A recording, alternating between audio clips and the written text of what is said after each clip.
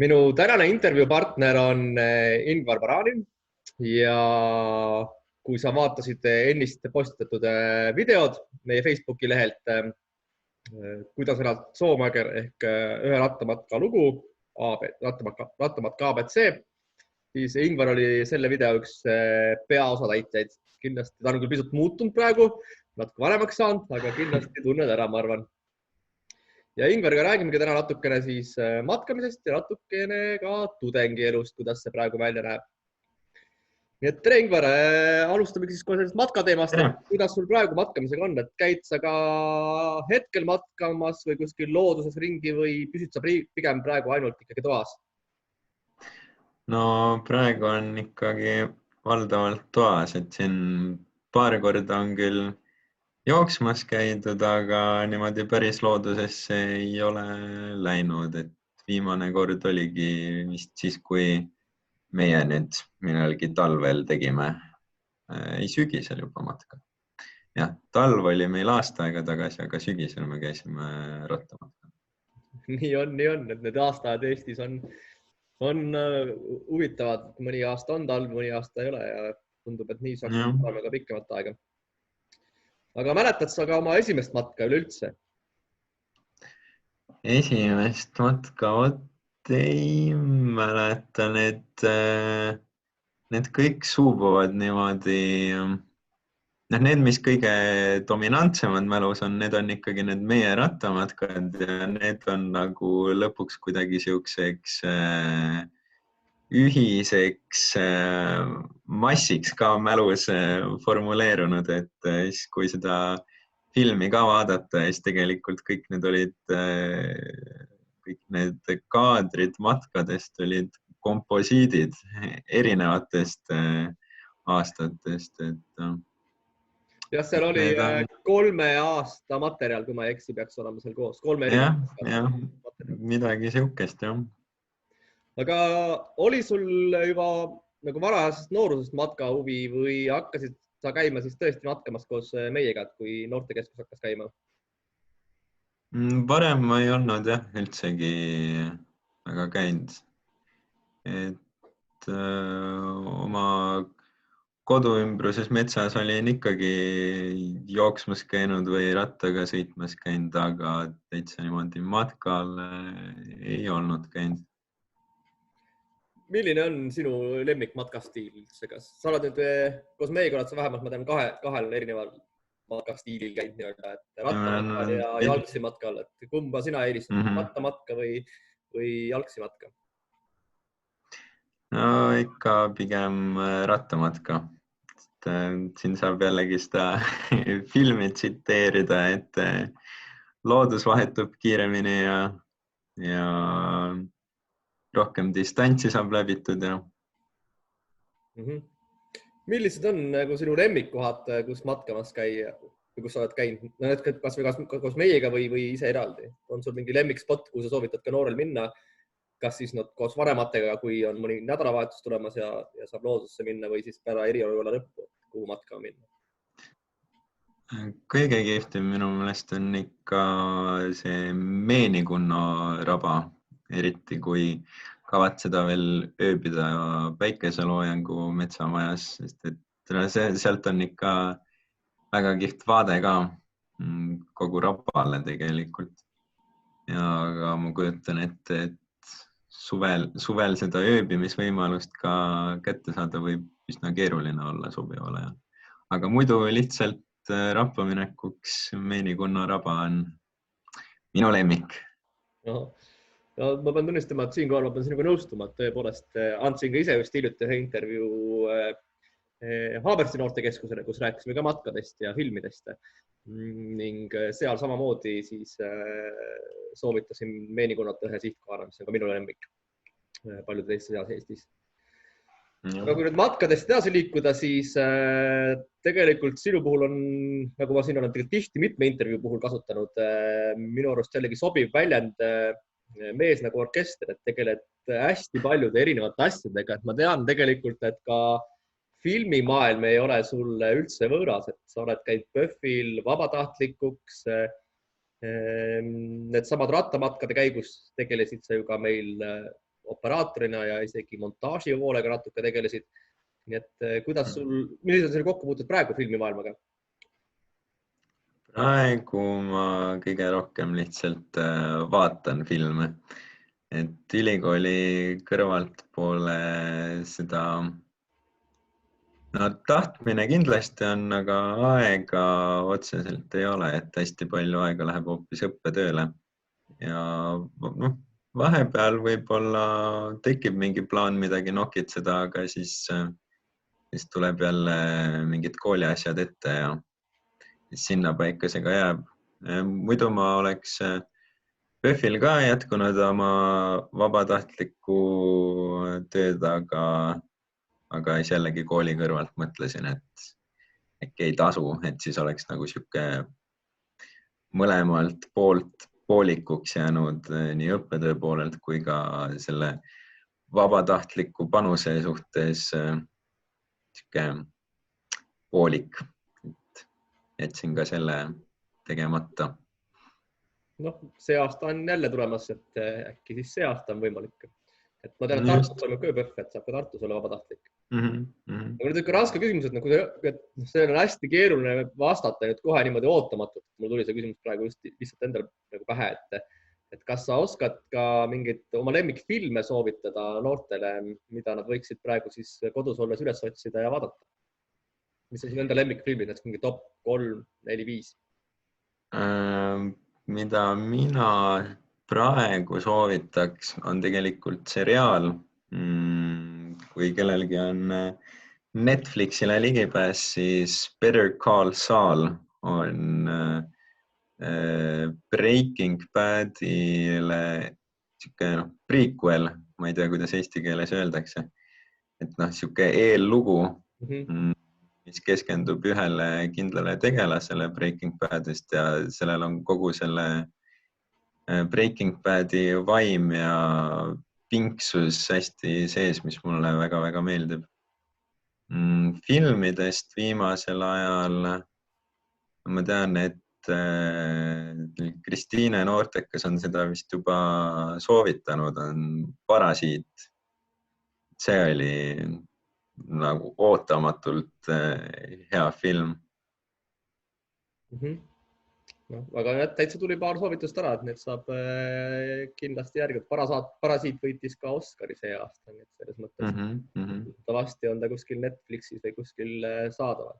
Ja rõhutan siin noortele ka kindlasti, et kui vaatate praegu netist filme, kasutage legaalseid kanaleid, sest et ka filmitööstuse inimesed vajavad palka ja raha. Just. Aga kuidas sul on, kas praegu hästi palju räägitakse sellest, et seriaal on nagu hästi jõuliselt filmitööstust tegelikult üle võtnud? Kuidas sina ise oled? Kas sa vaatad pigem ka viimase ajal nüüd rohkem seriaale või filme vaatad samamoodi nagu võrdselt?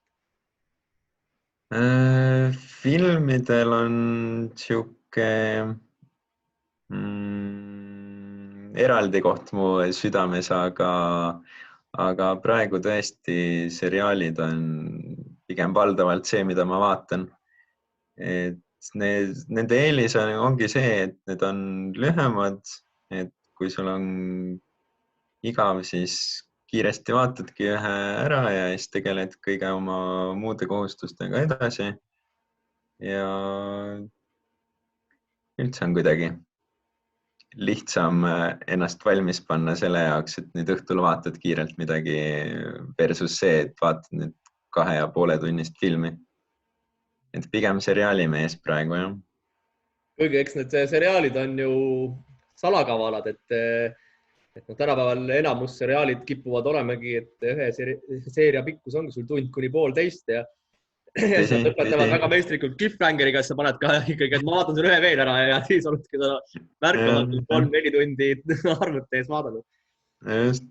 Selle mu eelneva Better Call Sauli soovitusega on nüüd küll see vigur, et kui keegi nüüd hakkab seda vaatama, siis tal on mingi circa 4 hooaega järjest vaadata, aga mina, kes praegu järjel olen, see tulebki nagu kord nädalas praegu välja, nii et mul muud võimalust ei olegi, kui ainult ühe läbi vaadata ja siis oodata nädal aega, nii et see on natukene päästnud õppetöö arvelt. Ma näen, et sul on selline nagu selline taktika, et nagu televisiooni taktika, et vaatad ära ja ootad nädala. Mina olen teistsuguse taktikaga, mina ootan terve hooaja ära, olen kannatlikum ja siis ma tean, et kui on cliffhangerid, ma saan jutti vaadata vajadusel. Ma suutan ennast natuke rohkem, ma tean, et juba on väljas, aga ootan vähemalt kuni pool hooaega läbi on ja siis hakkan vaatama asju, mis mul on nagu ma vaatan mitme hooaja kaupa. Aga minnes nüüd ja muusika on vist üks asi, millega sa oled elu jooksul tegelenud. Kuidas sul sellega praegu on lood? Kas oled muusika vallas kuidagi aktiivne või mitte? Praegu selle karantiini ajal on kusjuures väga hästi, et ma siin esimesel õppeaastal ostsin endale digitaalse klaveri, mis valdavalt siis istuski üksinda seal seina ääres. Aga nüüd, kui on hästi palju kodus istumist, siis see istumine tihti ka toimub otse seal klaveri taga. Et paremini kui varem igatahes. Nii, aga siis teeme jälle sujuva ülemineku maailma sujuma, nagu ühes intervjuus muga hiljuti tehti. Et vahetame väga äkiliselt teemat ja läheme siis selle juurde, millest ma tegelikult pikemalt tahtsin sinuga rääkida, et tudengielu. Sa oled juba nüüd mitmendat aega vist, eks ole, ülikoolist või milles kursus läheb juba? Mul on teine aasta, teine semester vist, 4. kursus. Nii et sul on juba ülikooli elu nagu selles mõttes käpas? Enam-vähem, jah. Et võib-olla alustame hoopis sellega siis, ja hiljem läheme siis selle juurde, et kuidas ennast ette valmistada ülikooli eluks, aga võtame need päevakajalisemad teemad enne läbi, et milline näeb ülikool praegu välja, et milline on praegu keskmine tudengipäev siis, kuidas see ülikooli õppe praegu välja näeb? Informaatikaõpilase jaoks näeb see kusjuures väga sarnane välja sellega, mis alati on olnud. Et kui muidu oli see, et sa käisid loengutes kohal ja praktikumides ka kohal, siis seda mõistagi enam teha ei saa. Aga kuna informaatika on siuke ala, kus inimesed peavad tingimata olema väga pädevad tehnoloogia kasutamises, siis see kõik on väga hõlpsasti üle kolinud digikujule. Et täpselt samamoodi, nagu me siin praegu Zoomis räägime, räägivad ka mõned praktikumi juhendajad tudengitega või siis on ka veel teisi tööriistu täpselt sama asja tegemiseks. Et Tartu Ülikool kasutab siukest õppekeskkonda nagu Moodle ja Moodle'il on ühendus Zoomiga sarnasele asjale nimega Big Blue Button ja seal toimuvad meil ka loengud, osad praktikumid. Ja need, kes ei leia vajadust näiteks mingisugust loengut see aasta uuesti salvestada, et me seda värskena vaataks. Nendel on juba eelmistest aastatest mingid loengud salvestatud niimoodi, et loengusaalis ongi neil läpakas püsti olnud, mis salvestab loengut, internetti siis üles laetud ja me vaatamegi siis aasta vana loengut, aga kuna teemad on samad, siis toimib täpselt samamoodi. Ainuke erinevus on siis see, et ei saa, kui on video, eks ole, kõlab nagu loogiliselt, Harju loogiline siinkohal, et tuleb mängu, et küsimusi ei saanud esitada, eks ole, jooksvalt. Just, küsimusi ei... Et muu kõik on siis üsna tegelikult sarnane igapäevaelule, vähemalt informaatika tudengitele. Jah, informaatika tudengitele küll. Aga mis puudutab teisi erialasid, siis on ka kogemus näiteks meditsiinivaldkonnast, kus on, ma kuulen, veidi keerulisem sellega, et seal nagu seda tehnoloogiapädevust niivõrd, ma ei tea, kas ma julgen öelda, et ei ole või siis lihtsalt, mis iganes mure seal on, aga materjalide kättesaamine ja suhtlemine õppejõududega olen ma justkui aru saanud, et on probleemiks. Ehk siis oleneb ka tegelikult sellest õppeainest, mida sa oled õppima asunud, et natukene, milline see elu on. Aga sinul ei ole lõpetamist ees, aga oled sa mõne tudengiga kohtunud või rääkinud veebi teel kuidagi, et need, kes hakkavad see aasta lõpetama, et millised on nende tujud ja mõtted praegust, et see lõpetamine tõenäoliselt sellisel kujul, nagu see alati on olnud ülikooli ees lillede ja kõige muuga, see aasta jääb olemata, et kas suhtutakse sellesse mõistlikult, ollakse selle pärast kurvad või on see tegelikult asi, mis eriti kellelegi niikuinii korda ei lähe? No siinkohal võib vist rääkida Ukust, meie filmi teisest peaosatäitjast, kes on praktiliselt samal erialal, mis mina ja lihtsalt aasta eespool ja kirjutab praegu lõputööd ja temalt on kuulda seda, et tal on väga mugav, sellepärast et lõputööd sa kirjutad niikuinii kodus ja nüüd, kui väljas mingisugust erilist liikumist ei ole, siis ei ole ka mingisuguseid kiusatusi, mis sind lõputööd kirjutamast ära haaraks. Et mõne jaoks toimib see lahendus väga hästi. Lõputöö kirjutamise puhul ma kujutan ette, et see tõesti tegelikult nagu isegi pigem kasuks, et raamatukogud, ma ei tea, kas on endiselt avatud, see võib olla ainuke murekoht, vist kõik ei ole. Raamatukogud meil siin Tartus on kinni. Jah, et see võib olla ainuke nüüd murekoht nüüd olenevalt jällegi õppekavast, mida sa oled. Et raamatukogusse saamine on võib-olla siis raskendatud, aga muidu on tõesti see keskendumise küsimus on kindlasti lihtsam. Eriti, kui sa kasutad ka igasugused peene täppe, mis sul blokivad ära Facebook Newsfeedi ja kõik muud sellised asjad, et siis saab keskenduda. Aga ma just mõtlen, et kas on ka juttu olnud sellest just konkreetsest nagu lõpupeost, et see jääb ära, et ei saa nagu diplomit kogu pere ees, seda lillede sülemit ja sihukest nagu viimast korda kogu kursus koguneb. Et kas see on nagu midagi, mis teeb tudengeid praegu kurvaks, kas õpetavad või suhtutakse sellesse mõistvalt või on see tõesti küsimus, mis tegelikult nagu nii oluline niikuinii ei ole? Mulle meenub, et kui ma vaatasin mingisugust ülikooli tähtsate ninade adressi, selle kogu olukorra suhtes ja oli küsitud sisuliselt sama asja, et mis saab nagu nendest diplomite üleandmisest ja kogu sellest pidulikust aspektist, siis vist räägiti sel teemal seda, et kui nüüd lähiajal seda nagu sellel algselt planeeritud ajal teha ei saa, siis seda loodetakse ikkagi täpselt samamoodi teha lihtsalt paar kuud hiljem, vist oli seal augusti lõpust midagi sihukest juttu. Ahaa, et kas ta ei olegi maha kantud seda ideed, et ikkagi toimub lõpuüritus aktus? Jah, maha kantud minu meelest ei ole. Küll aga näiteks mingisugused kaitsmised, sihukesed asjad, neid õnnestub, ma kuulen täpselt samamoodi video teel teha. Et adapteerutakse. See on küll, ma oleks tahtnud ka video teel kaitsta, see on, ma arvan, palju jällegi mugavam. Eriti arvestades seda, et mitte keegi ei näe ju, mis sul seal kaamera taga toimub. Sul saab terve kolleegium abiks olla või pere.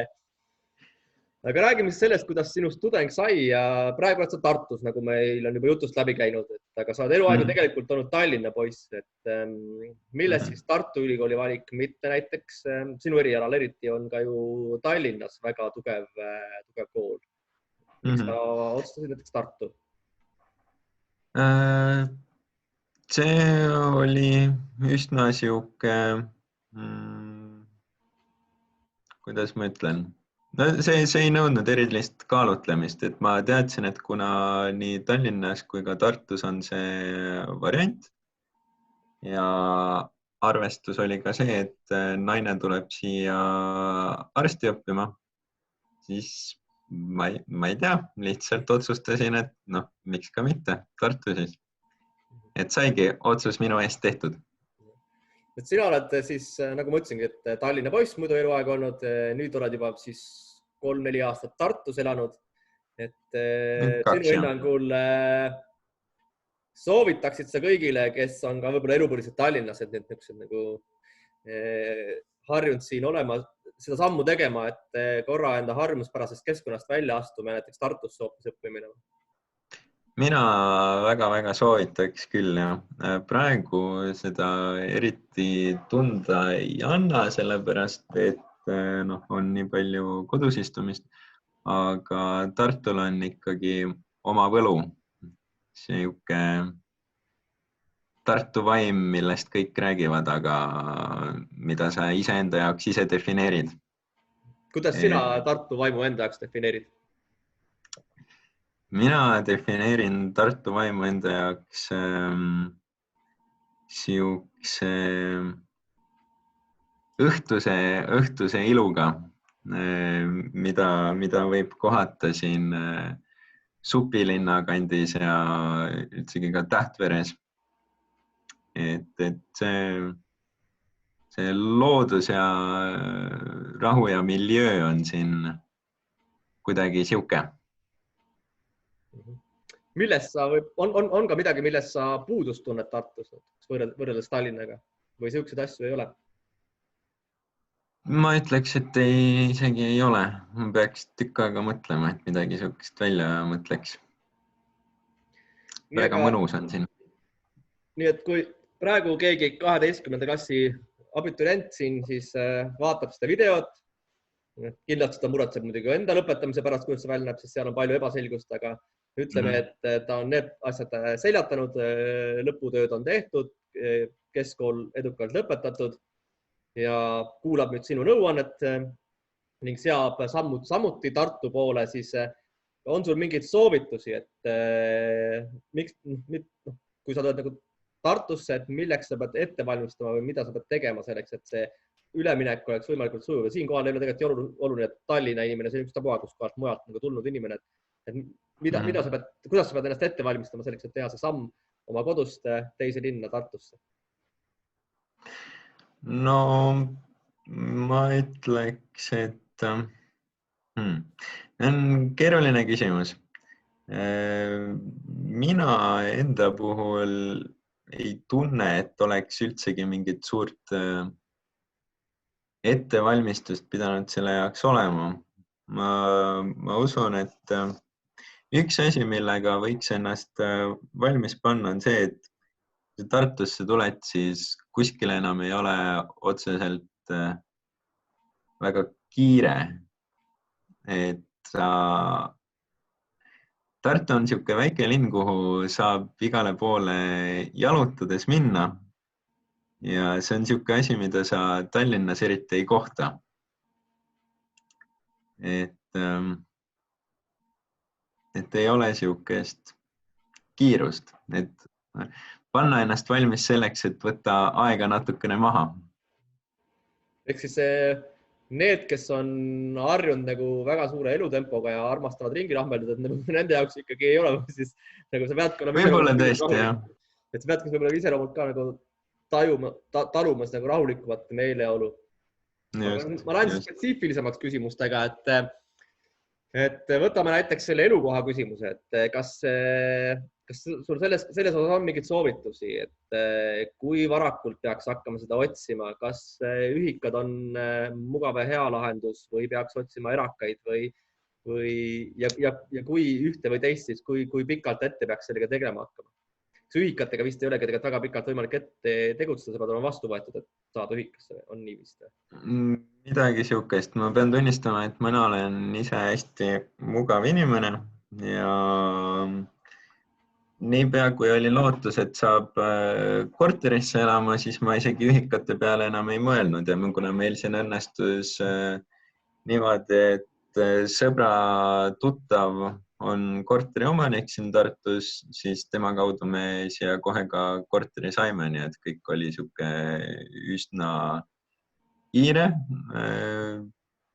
Me tegelikult kolisime siia sisse kuskil nädal aega, kui sedagi enne seda, kui esimene aasta algas.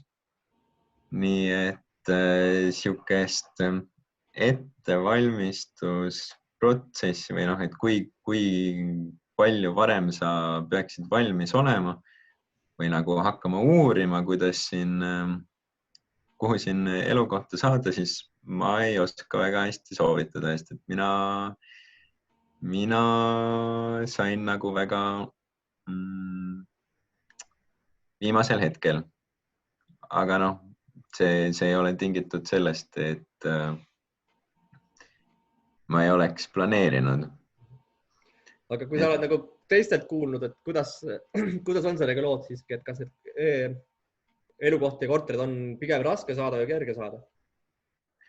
Ühikatesse ma saan aru, et võib olla üsna keeruline saada siis, kui õppeaasta just algab. Et sellest aspektist peab varakult üritama löögile saada. Aga kui sul on õppeaasta alguses mingi elukoht olemas ja juba kuskil õppeaasta sees sul on tarvis ühikasse saada, siis ma olen aru saanud, et siis on juba see kõvasti lihtsam, sest et on neid juhte, kus õppeaasta jooksul need kohad vabanevad ja väga palju neid õppeaasta keskel ju ära ei võeta jällegi. Et kui üritada õppeaasta alguseks saada, siis peab ikka kõvasti varem vist valmis olema, aga muidu mitte. Aga ühikatel on muidugi ka see eelis, et see on palju-palju odavam. Et võrreldes sellega, mis me siin korteris maksame, on näkku, ma ütleks, et võib-olla 3 korda kallim kui ühikas elamine. Ärme siis ütle, et palju sina maksad, et igaüks, kes on hea matemaatikas, võib selle hiljem ise välja arvutada, aga palju see keskmine ühikakoha hind on, tead sa? Keskmine, ma ütleks, et äkki on mingi 50, sest need nagu vanemad ühikad on väga odavad, nagu hullult odavad. Mul siin kõrvalt öeldakse, et 50 on pigem miinimum. Kuigi ma ei tea, mul on siin tunne olnud, et võib-olla jah. No ütleme, et 50 on miinimum ja siis, kui sa tahad uuemasse hiljuti renoveeritud. Mis? Et kuskile Tiigi tänavale sinna uuemasse. Jah, et kui tahad kuskile uuemasse, siis arvesta natukene rohkem. Aga saab ka väga odavalt. Ma ei tea, 50 tegelikult tundub minu jaoks väga sürr. See tundub minu jaoks ka väga sürr, olles ise üürikorteris elav inimene, siin ma tean palju näiteks seda üürid umbes on, et see on tõesti suurusjärkudes väga-väga palju odavam. Aga korteritega nende puhul vist on ka nii, et nad kipuvad ikkagi tegema hinnahüppe just kooli alguses ja pärast odavamaks minema. Jah, täitsa võimalik. See kõlab igati loogiliselt. Kuna meil on tuttava kaudu, siis meil on sihuke sõbralikum hind ka. Et selles mõttes Tartu nagu väga odav koht tegelikult elada üüri mõttes ei ole minu teada. Nii palju, kui ma ka kuulnud olen. Ei ole jah. Jah, on küll. Kui võrrelda, siis tuleb nii välja. On sul ka soovitused, kuidas säilitada nüüd seda fookust ka õppimisel? Et ma usun, et tundes sind, et sinu jaoks see küll probleem ei ole isiklikult, aga kui sa oled nagu kõrvalt vaadanud, et mis nippe kasutatakse, et tean isegi ju tudengipõlvest, et see hetk, kui sa ülikooli astud ja see nii-öelda esimene võib-olla suurem iseseisev elu hakkab pihta ja näiteks Tartu puhul, kui sa ei ole tartlane, siis sa oled ka juba täiesti võõras lennas ja täiesti oma pead.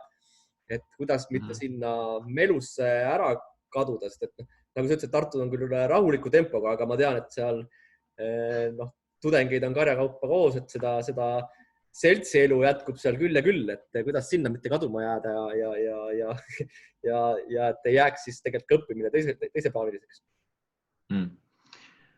No see on huvitav küsimus, mida küsida jah.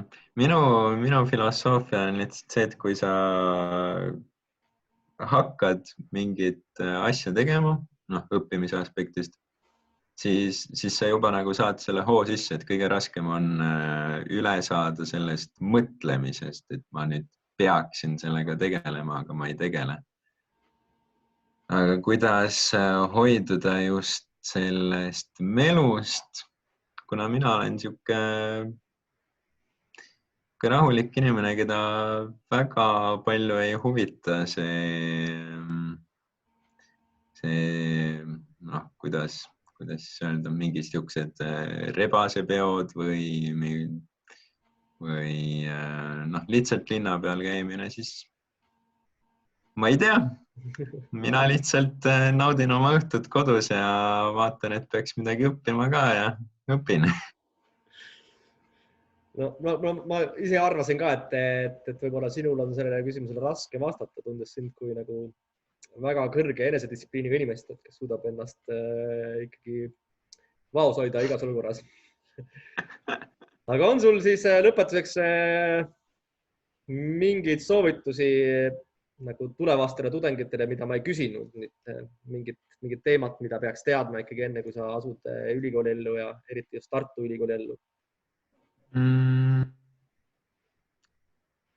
Ma ei tea, lihtsalt, et tulla julgelt, et Tartusse tulemisel pole midagi hirmsat ja kindlasti tasub ennast ära kogu see keskkonnavahetus, kui just pole siukse väga kiire loomuga inimene, kes aeglases Tartus hakkama ei saaks. Mis on su enda lemmikkohad Tartus? Ma tean, et palusin sul ka video teha, sul selleks kahjuks mahti jätkunud, aga selle teeb ära Uku, nii et varsti tuleb ka reportaaž Tartust, kus me näeme videopildina Tartu erinevaid põnevaid kohti, ka neid, mis siin selles videos mainitud on. Usun, et seal videos näeb Supilinna ja võib-olla mingid muid kohti. Aga siin on enda isiklikud lemmikkohad, mõned võib-olla, et nüüd kui tulevad nüüd siis võib-olla siis kas suvel tutvuma Tartuga, et teada, mis koht see on, kui siin õppima asuda, või siis tulevadki nüüd sügisel uued tudengid, et mis on need esimesed kohad, kus võiks jalutamas käia, mida vaatamas käia? Jalutamas võiks kindlasti käia jällegi seal Supilinna kandis. Ka Karlova on hästi ilus ja muidugi Emajõe ääres. Aga kui ikkagi sattuda, siis linna just nagu seda melu otsima, siis minu lemmikkoht on Forest, kus saab ka